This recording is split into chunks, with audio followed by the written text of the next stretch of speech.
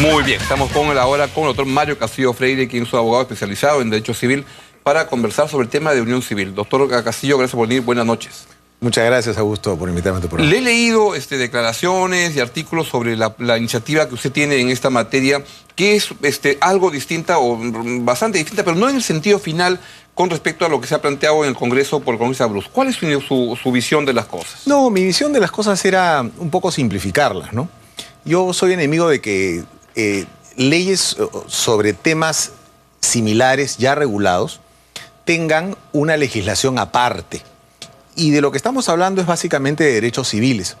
Y cuando hablamos de derechos civiles hay un código civil que tiene unas normas de todo un libro, una parte que es de derecho de familia, en donde están reguladas instituciones muy parecidas a aquella que se planteaba regular o se plantea regular.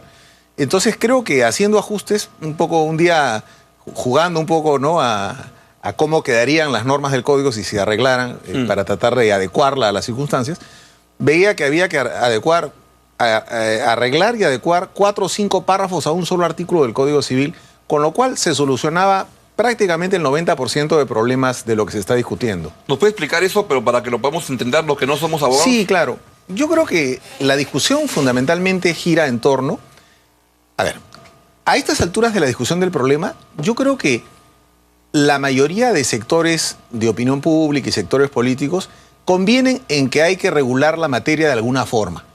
Yo creo que solo una minoría... Ahí parece haber consenso. Solo una minoría considera que el tema no debe regularse en ningún sentido. Es cierto. Entre los que consideran que debe regularse de alguna forma, el tema está dividido en dos. Los que consideran, siguiendo el proyecto del congresista Bruce, que debe regularse una unión civil no matrimonial, que es básicamente una especie de matrimonio, sin llamarlo matrimonio, ¿correcto? Una especie de, sin llamarlo así, que crea un nuevo estado civil. Actualmente hay los estados civiles de soltero, casado, viudo y divorciado. Hay 4. Pero lo que se plantea con el proyecto Bruce es la creación de un 5º estado civil. Entonces, lógicamente, tanto sí, así que... pero igual sería... Sí, es un 5º estado civil. El estado civil denominado por el propio proyecto... Pero igual podría ser casado, divorciado, viudo, pero de un hombre, entre 2 hombres o 2 mujeres. Es que no. El proyecto del congresista Bruce no plantea eso. Plantea la creación de un 5º estado civil denominado, si así lo llama, de unión civil no matrimonial.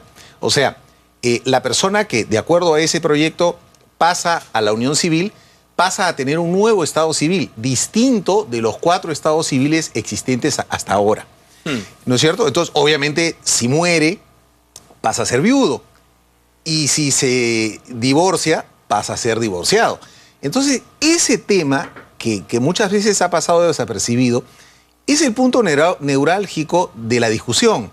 Es decir, un sector, y ahí me había quedado en la explicación, por favor, sigue el proyecto Bruce y dice, no, hay que crear un nuevo estado civil y que estas personas puedan acceder a una situación de pareja similar al matrimonio llamado unión civil no matrimonial. Un nuevo estado civil. Correcto. Dejan de ser solteros, o dejan de ser divorciados, o dejan de ser viudos, y pasan a este nuevo estado civil. Y otro sector de legisladores, opinión pública, sostiene que no, que debería regularse el tema de orden patrimonial y de protección de derechos absolutamente, ¿no es cierto? O sea, debería blindarse en protección de derechos a estas personas que consideran que no los tienen y de cierta forma están desprotegidos en algunos aspectos que ellos mismos están reivindicando, pero no debería pasarse a la creación de un nuevo estado civil. Esa es básicamente la discusión. Tanto así que los proyectos de ley que se han discutido en el Congreso y que se van a discutir en el Congreso, que son el proyecto del congresista Rosas primero, el proyecto de la congresista Chávez, van por la protección de los derechos, pero no la creación de un nuevo estado civil. Y un nuevo proyecto del congresista Lai también va en ese sentido. Y el proyecto del congresista Bruce va en la creación de ese nuevo estado civil. Y los predictámenes de la Comisión de Justicia del Congreso de la República han sido 2. Uno de abril, que crea el nuevo Estado Civil, y uno de principios de junio, que no crea el nuevo Estado Civil, pero brinda todos los demás derechos. ¿Y cuál sería el problema de crear un nuevo Estado Civil? Muy buena pregunta. Yo creo, en realidad, este es un tema de opinión. Y yo diría de opinión pública y de sentimiento de la sociedad. En el cual hay una cosa, creo que es bueno quitarle algo de pasión al tema, ¿no? Y reconocer que en ambos lados pueden haber opiniones legítimas. Lo bueno, lo fantástico de estas últimas semanas es que la discusión del tema se ha civilizado. Es cierto. O sea, al principio todo el mundo se detestaba, no podías aceptar que el otro tuviera algo de razón, pero en las últimas semanas, yo diría en los últimos 2 meses y medio, los actores del tema han ido tendiendo puentes para poder asumir posiciones de consenso. Exacto. ¿Y por qué es necesario esto? Porque es un tema que sin duda tiene a una mayor parte de la población que no está de acuerdo con una figura similar a la del matrimonio, y un sector de la población que sí reivindica una situación como esta, junto con otros derechos de orden patrimonial.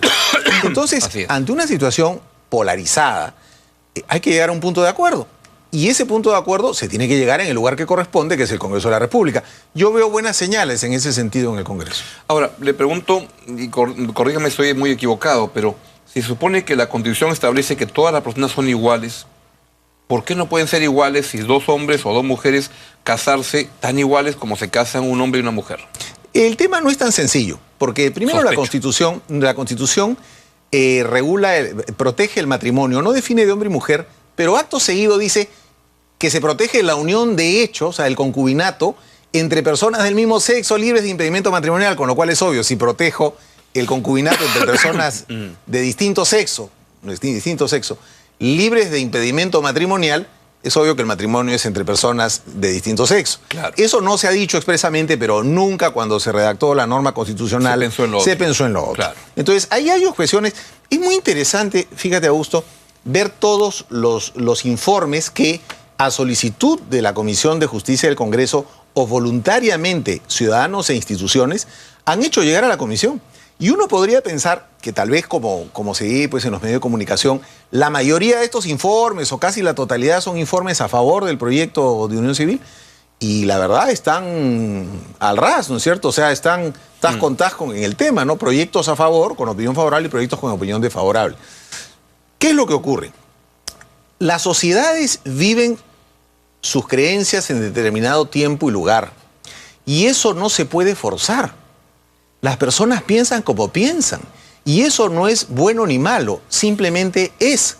Las personas tienen un determinado criterio. Y la mayor parte de la población del Perú no comparte la idea de un matrimonio entre personas del mismo sexo. Estoy describiendo una realidad que está contrastada por las encuestas. ¿Pero en qué le molesta a la gente que se opone? Es decir, porque a la mayoría que se opone le molesta, le incomoda un derecho de una minoría. Claro. ¿Por qué la minoría se tiene que cargar con las prejuicios de la mayoría? Las mayorías aquí en Rusia, Estados Unidos y en la China consideran determinadas conductas como conductas que son susceptibles de ser apoyadas, propiciadas y legisladas en una determinada sociedad. Y determinadas otras situaciones que no. Más allá de si esto está bien o mal, estoy describiendo una realidad. Claro. Y yo siempre planteo el ejemplo de la poligamia, ¿no es cierto? ¿Por qué si una persona quisiera estar casado, y creo que hay un ejemplo en los últimos años de una persona que...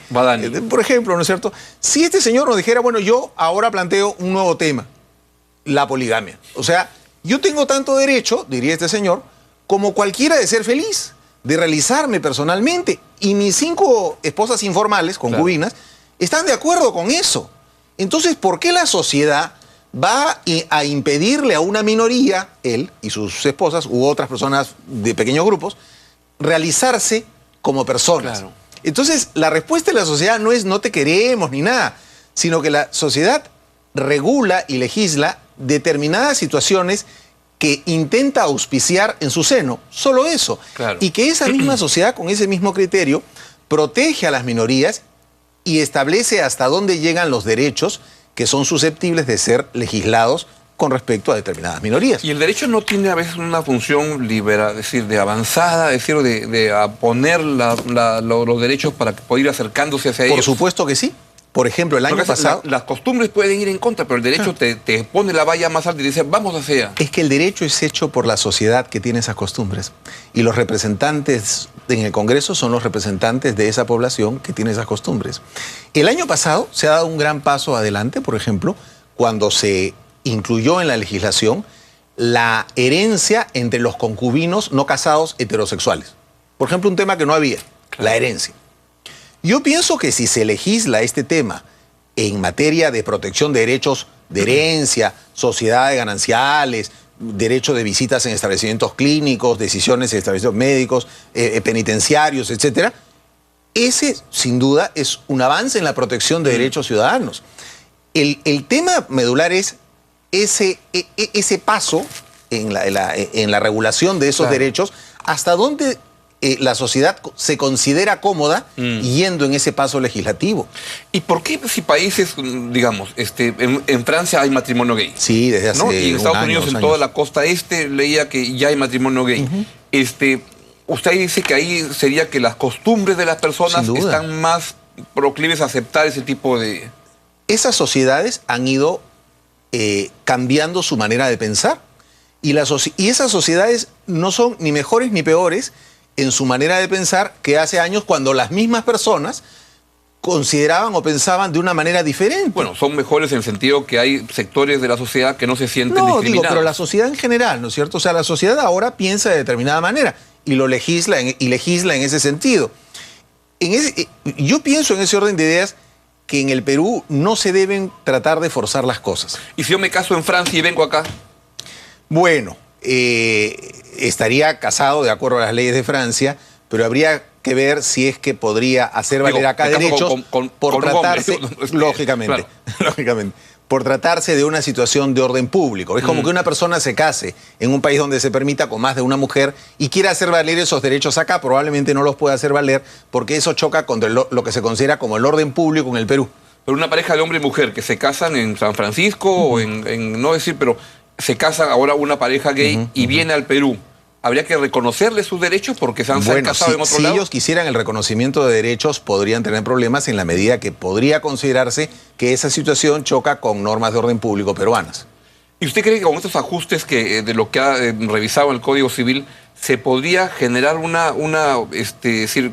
cubrir, garantizar que todos los derechos económicos quedan garantizados? Quedarían absolutamente que no viene la familia de una de las partes y le quita todo. Mira, yo te digo la verdad, yo me he revisado los proyectos de ley que hay, tanto el proyecto de la congresista Chávez, que supera el proyecto congresista Rosa, que es un proyecto, digamos, de uno de los primeros proyectos en ese sentido. El proyecto de la congresista Chávez, el último predictamen de la Comisión de Justicia, la idea que yo planteé con respecto al artículo 326, blindan absolutamente todos los derechos patrimoniales y todas las pretensiones que han sido demandadas en materia patrimonial por el movimiento que favorece esta legislación. Que hoy no están garantizados. Bajo la legislación garantizadas actual, de alguna manera, pero no de manera orgánica y precisa, que sí estarían garantizados de esta forma. Blindados. Voy a utilizar una palabra más rica. Blindados. En eso coinciden todos, ¿eh? O sea, lo que va a salir del Congreso es una norma que blinda los derechos patrimoniales de la pareja del mismo sexo. Que sería en todo caso un avance con respecto a lo que ahora tenemos. Sin duda, claro. ¿Y usted le recomendaría a los activistas del matrimonio gay, ya ni siquiera unión civil no matrimonial, que lo que deberían trabajar es cambiar la percepción de la opinión pública, la del ciudadano, para que eso vaya empujando al derecho? Lo que ocurre es que las opiniones con respecto a uno mismo, uno no las puede cambiar a la fuerza con respecto a los demás. O sea, uno con su palabra... Digo, no a la fuerza, pero sí persuadirlos, por supuesto, trabajando eso. Pero precisamente, todo el movimiento que se produjo en los últimos meses, a un inmenso sector de la población le suena a la fuerza. Es decir... ¿Así por qué? ¿Por qué? Porque, sin duda, lo que percibe la mayor parte de la población es que hay, digamos, prácticamente una opinión monocorde en un solo sentido entre los medios de comunicación. Es decir, la mayoría de formadores de opinión están a favor del proyecto de unión civil, lo que está muy bien. Y fíjate tú, Augusto, cómo hay una discordancia entre lo que piensa la mayor parte de los formadores de opinión, tal vez de los sectores universitarios, incluso tal vez de los líderes políticos, con lo que piensa el ciudadano común y corriente. Entonces ahí hay un divorcio. Es cierto. Ese divorcio, que es un divorcio natural, porque cada quien piensa como tiene la libertad de hacerlo, pero es un divorcio que tiene que llevar precisamente esos puntos de consenso, ¿no? Vale, muchas gracias. Su última pregunta, su score, ¿quién cree que va a llegar a la final y quién va a campeonar? Yo te confieso, Augusto, algo que es muy cruel. Y yo antes era muy aficionado al fútbol. En el año 89, en las eliminatorias, que Perú fue eliminado, 89, hace un montón de tiempo. Dejé de ver fútbol. O sea, tú me dices que Perú le ganó a Brasil 5-0 más que el partido de hoy. Y que el próximo partido hay que verlo, no lo voy a ver. No, pare de sufrir, así como la religión está pare de sufrir. ¿Y le ha explicado a su psicólogo eso? No tengo, felizmente. Paré de sufrir y el fútbol no es una preocupación personal. La alejé de mi vida. No sé quién muy bien. Muy bien. Doctor Mario Castillo, muchas gracias por venir esta noche. Buenas noches. Un gusto tenerlo en el programa. Vamos a una breve pausa. Seguimos con Iris Vázquez de Velasco para conversar sobre el mercado de las pulgas.